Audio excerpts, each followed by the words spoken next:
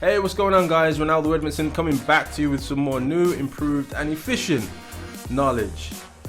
Why do people buy things? Buy into things, purchase things, believe in things? Why do people move to action on anything, on a thing? There's only one reason. It's because they understand it. They understand it and it makes sense for them, so they go and do it. Without understanding it, generally speaking, you have to have massive trust, because people will only buy something they don't understand if they if they trust the person that's selling it to them. But let's keep it in the even playing field. There's not too much familiarity between you and another person. Generally speaking, you're going to buy what makes sense for you to buy. And you can even argue that if a person buys what they don't understand, but they do trust the person, that still shows understanding, because you had to understand that you trust the person in order for you to buy something from them. So you buy, we buy, I buy what we understand. Therefore, the whole effort that you're trying to do in your marketing is to try and get somebody to understand why they should take an action step of whatever it is that you're asking them to do. In order for you to truly get somebody to understand something, you need to understand how to explain things. Now, explaining things is not it's this, that, this, or this.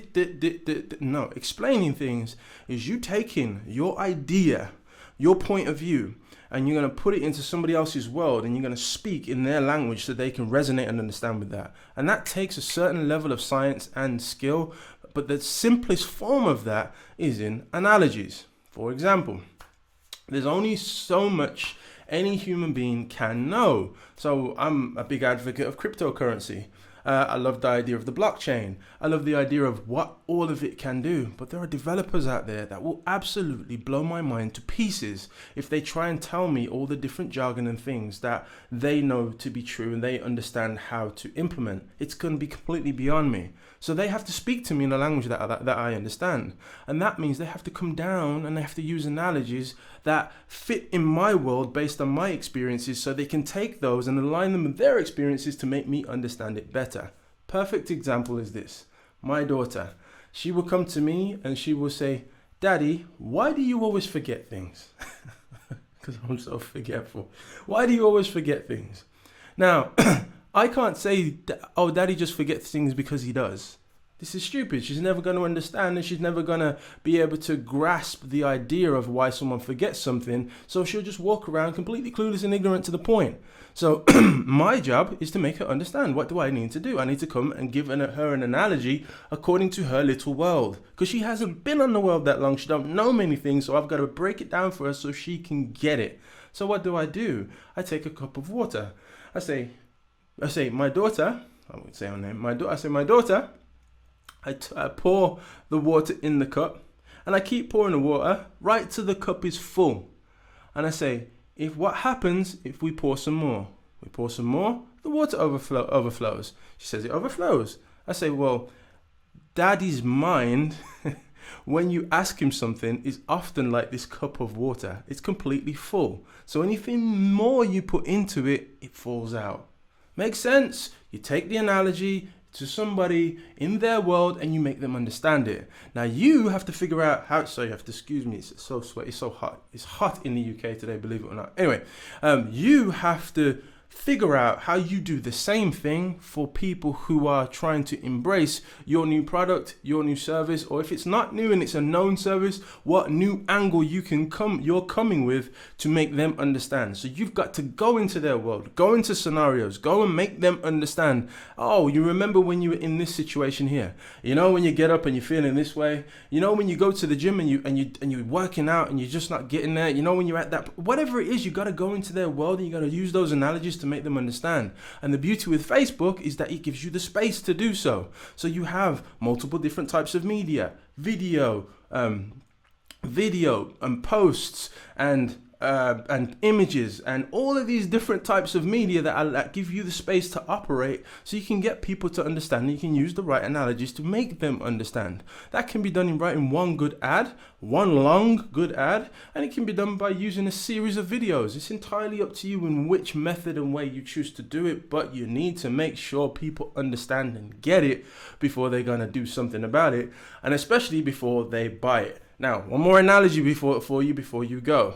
digital marketing itself. What is it? How does digital marketing actually work? And I mean this in a very layman's terms, because while people believe they understand digital marketing, they really kind of don't get it in many ways.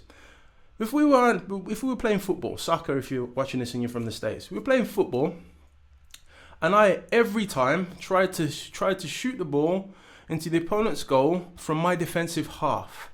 How many times am I going to score? Hardly ever, because one, the goalkeeper sees it coming a mile away, and two, the other 10 people on the pitch that's outside of the goal can see what's going on, and then I've got to try and hit it on target. It's almost impossible for me to achieve this. So what do I have to do?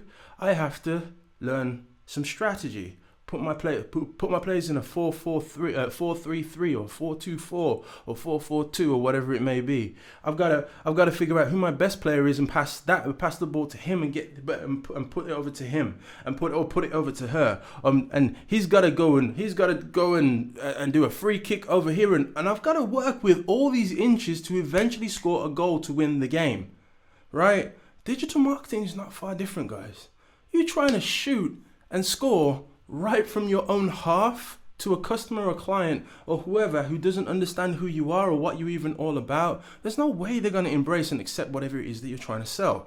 You need to navigate, use strategy, use means and ways of stepping through all the noise of all the competitors, as well as the obstacles in front of the person in front of you. Lift those down and help them understand why they should do business with you. And this, of course, is the entire game. That's why you're tracking certain things. So take it back to football. That's why you have analysis in football that just watch certain player performance. We have in the NBA, PER, performance efficiency rating. You have to look at all of these things to see, where do we improve? We can bolt that, we can fix that, we can tweak this, we can improve this. All these little means and little inches of improving lead towards you eventually becoming a champion, you eventually becoming a winner, you eventually scoring goals and getting smaller wins that lead to bigger sustainable wins, and ideally becoming a legacy empire or a dynasty. You don't become any of those things without understanding all the inches that you're working with that you can fix and that you can improve on. In the same way you can become a dynasty in sport is the same way you can become a behemoth, massive company in business. But it's about working with those little tiny inches by understanding the real game of digital marketing. So that is my workout for this session. It's a very sweaty session, but who cares? You got the knowledge, you got the information. Go and do something with it. Hope that was useful. Speak soon. Peace.